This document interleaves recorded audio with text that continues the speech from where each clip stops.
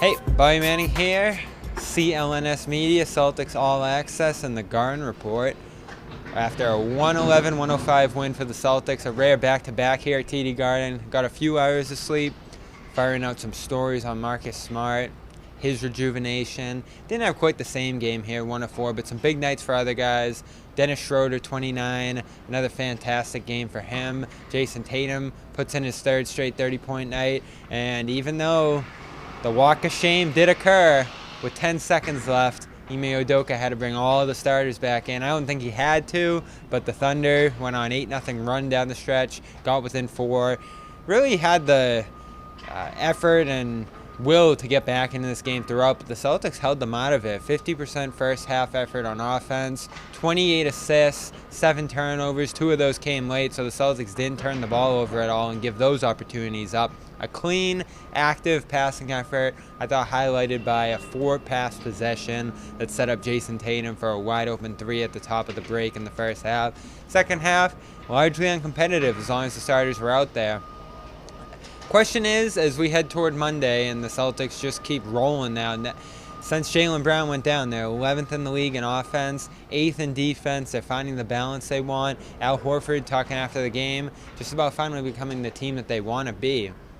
The question is, who are they going to be when Robert Williams, Jaylen Brown return, Ime Udoka, talking before the game, saying that they're going to be back soon. These aren't long-term injuries, even though Brown's missed, 8 games now at this point with the hamstring injury. I think his is turned long-term, maybe just a slip of the tongue there. But Rob's, hopefully, is what he's indicating, is not long-term.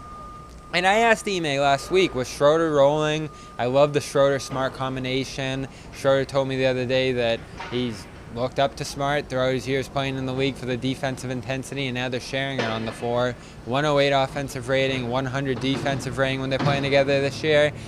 How do you want to break that up? And evidently they're going to do it. So Smart stays at point guard. Brown moves back into the starting lineup. Robert Williams moves next to Al Horford, and it's a lineup that has had success, plus 8.5. Not a great offensive rating, 102, but a dominant defensive rating, 94. That would be the best if it was a team by far in the NBA. So I understand why Udoka wants that rock to start games, and he contends you'll still see Smart, Schröder throughout the course of a game. Probably about a 6-minute difference if you look at the differential between when Schröder starts and when he comes off the bench, and we haven't seen him coming off the bench a ton, given the injuries and his default status as the 6th man on this team. He's gotten a start in 11 out of the, 17 games. So Schröder's been the starter more often than not. He's shooting 50% from the field when he is, and he brings a real energy and tone to the starting lineup that I think is good. Grant Williams is the other one, though. Another strong shooting game, hitting 4 threes in this one, playing off Jason Tatum particularly well. When you think of how Tatum plays, he gets to the rim, underneath, wants to swing to the weak side as doubles come, pressure comes at that rim, and who's always there on the weak side open? 50% of the time, Grant Williams is shooting wide open threes. And essentially, that is his offense, hitting those shots. 43% on the season, 43% overall from 3 this year. That's his game, and he's doing it. He was talking after the game saying that when he was a rookie, they'd try to pump him up through the shooting lulls, 0-25 to start his career. Now they get mad when he missed because they're relying on him to hit those shots. And we talk about the shooting deficiency on this team. Grant's not going to come in and shoot 11 threes. Probably going to take 3 or 4. He takes 6 in this one.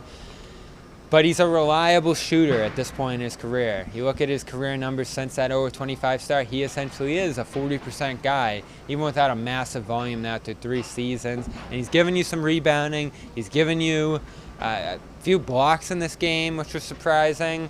There's a case for Grant to continue to play with the starters. I know John on the Celtics postgame show, and you'll want to go watch that, made the case for him to continue to start because maybe he's not as maximized off the bench. I think there's a chance he still could be given the short rotation that the Celtics are running, and I just don't know where you go. I'd rather see Schröder continue to start than Grant squeezed in there for shooting purposes. I still think there's a difficulty when it comes to Harry Nesmith, Peyton Pritchard, who I like, and Grant, of just forcing those guys in there for minutes just to get some shooting, because the Celtics are showing over this last stretch here that they can still be a fully competent offense and do the things that they want to on the defensive side of the floor. If they're getting downhill of the basket, Dennis Schröder has been capable of hitting some open threes for them. He hit a couple here on the end of some passing sequences. So they'll scrape by with the shooting, play great defense, and if they have enough playmaking on the offensive side of the floor, I think they can get by there too. I'm just worried with the double big lineup that this team's going to build some holes early in games, and that's when we start to see a little doubt creep in, a little panic, and they have to overcome that as the game goes on. And they've done that. They did it against the Lakers. They've done it in other situations this year. But overall, another good win against the Thunder here puts the Celtics on track to get up into the upper echelon of the conference.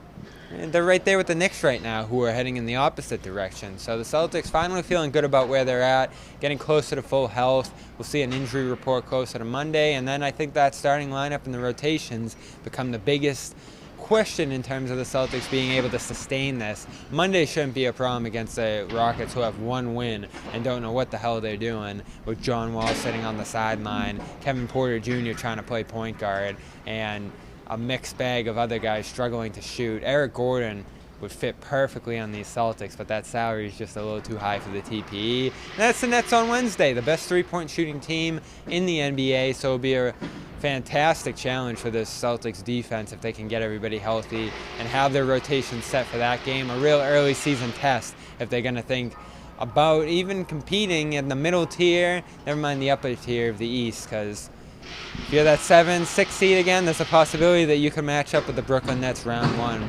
Celtics probably aiming higher than that. And right now it looks like they do have a little higher aspirations, I'll say, than at least what they did last year. They should be over 500 this year. Maybe they're right at 500, but they've beaten everybody they should so far, and it was no difference here for this one.